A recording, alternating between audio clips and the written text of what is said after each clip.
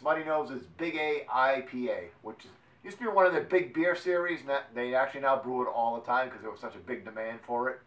As you can tell, it's football day in America. My Patriots just won. They got the best record all the way through the playoffs, all the way to the Super Bowl. We'll see how it ends up.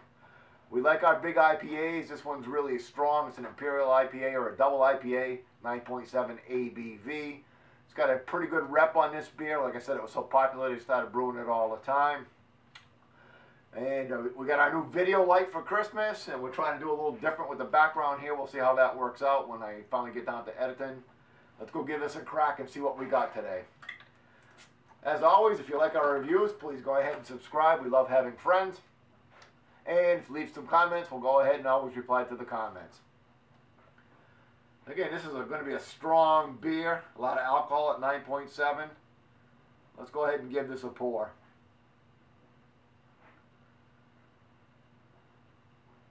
Quite a bit of head on it. We got our Imperial pint glass here. Quite a bit of head on it. It's fairly cloudy, lots of carbonation, a little bit of an off-white head, not pure white. I did see that this is actually bottle conditioned, which you don't normally see in an IPA. IPA is usually crisp and clear. This is bottle conditioned, so there should be a little bit of yeast in there, and we are seeing that.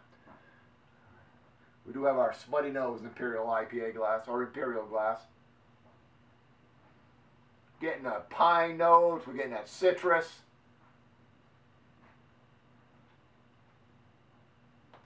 I say grapefruit. It's not really orangey, not that type of citrus, but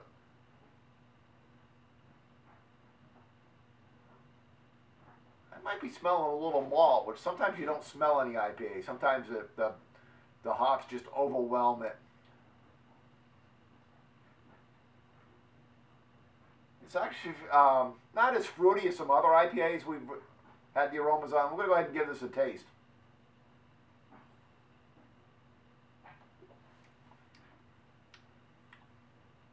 Okay, let's talk about this for a minute here.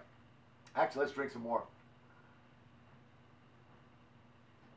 First off, we got the bang after the bitter taste of the typical IPA. Very strong bitter in the back of your throat, which is typical of IPAs.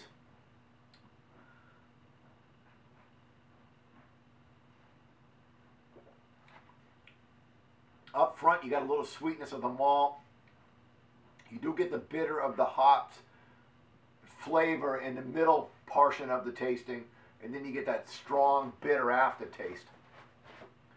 Very true to the IPA, or the double IPA especially. This is what an American IPA is all about.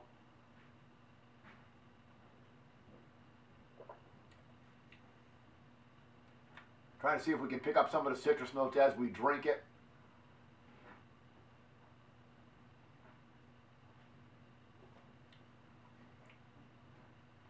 Yeah, maybe just a hint of that grapefruit, that grassy, right in the middle flavor.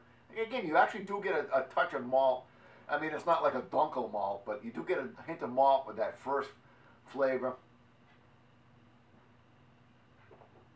Nice lacing. The head's actually holding up with all that alcohol. Usually the heads just dissipate, but the head's holding up nice. So you got a lot of nice notes in this. You get, like I said, you get a lot of the traditional grapefruit grass aromas on it. Very true. You're getting a little malt flavor. You're getting a nice hop bitterness in the middle. You're getting that strong aftertaste bitter in the back of the throat. You are tasting some of the hop notes in there, right in the middle. Again, they're subtle.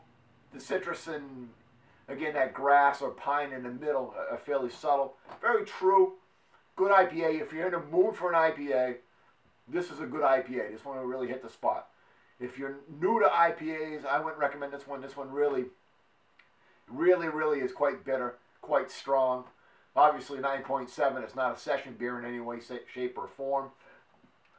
We'd give this is a solid brew. My 6-cap rating system, I would say 4 caps. It's not knocking my socks off. There's nothing wrong with it. I mean, I like it a lot. It's a very good beer. As a matter of fact, I'll probably drink another one of these while I'm editing because we're not driving anywhere today. So So until next time, this is the Amazing Beer Drinking Man.